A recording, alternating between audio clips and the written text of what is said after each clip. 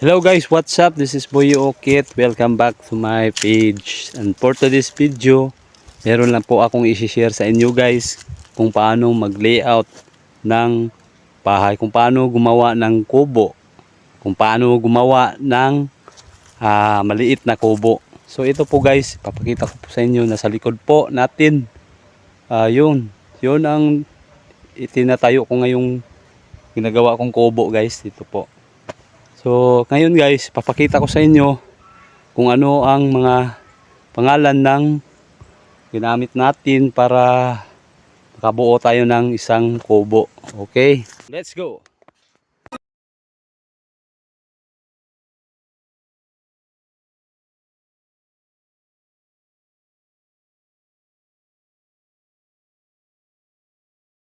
Ang bahay na ginagawa natin guys, bahay po ito ng baboy, hindi po ito bahay ng tao. So ngayon po guys, ituturo ko sa inyo kung ano po ang unang gagawin pag tayo po ay nagtayo ng bahay ng baboy or bahay ng tao.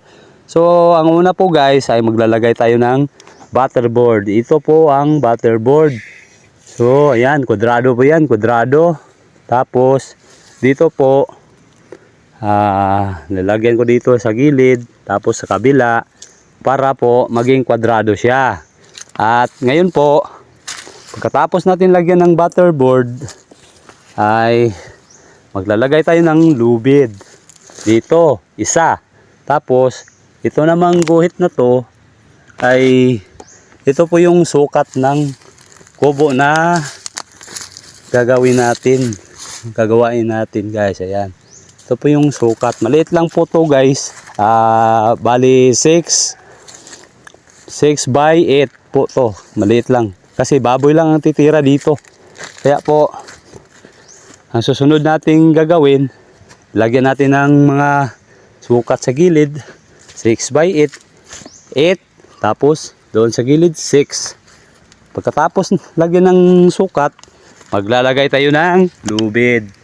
Ito po ay second step po ng ating gagawin. Maglagay po tayo ng lubid. Lubid doon hanggang dulo. Tapos lubid din sa kabila.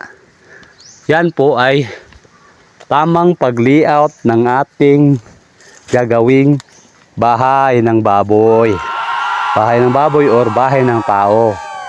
Ito po ay dapat nating gawin. So ngayon, pagkatapos nating lagyan ng lubid, pangatlong step po tayo. Ibig sabihin ng lubid, ito po ay kinukunan natin ng layout. Sa kanto ng lubid, dito po sa kanto, maglalagay po tayo ng buho.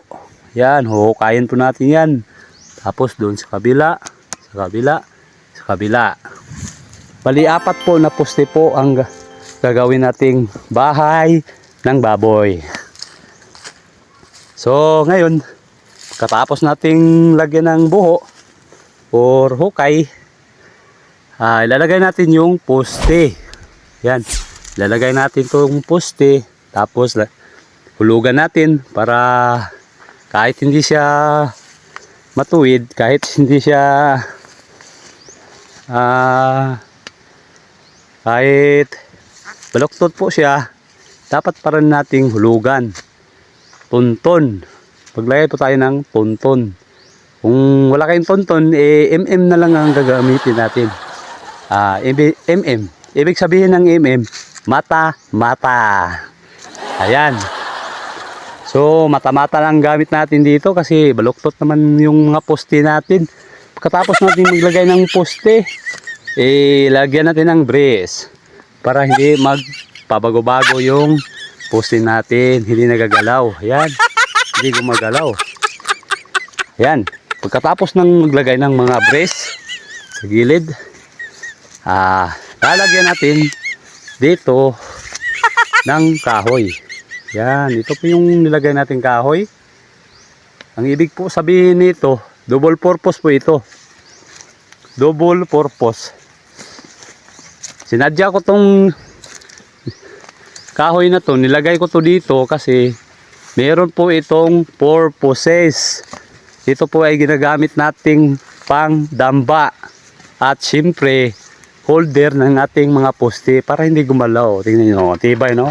Kahit hindi pa natapos, matibay na yung ano natin. Yung ginawa nating poste. Yung trabaho natin quality, oh. Tingnan niyo. Tingnan niyo guys, di ba? Kahit baluktot yung mga poste natin, parang ang ganda pa rin tingnan. Ayan guys. So ano guys, ngayon nakita nyo na kung ano ang tamang pag-layout ng bahay ng tao or bahay ba ng baboy. So ngayon huwag nyo kalimutan na i-like at i-share ang aking mga video.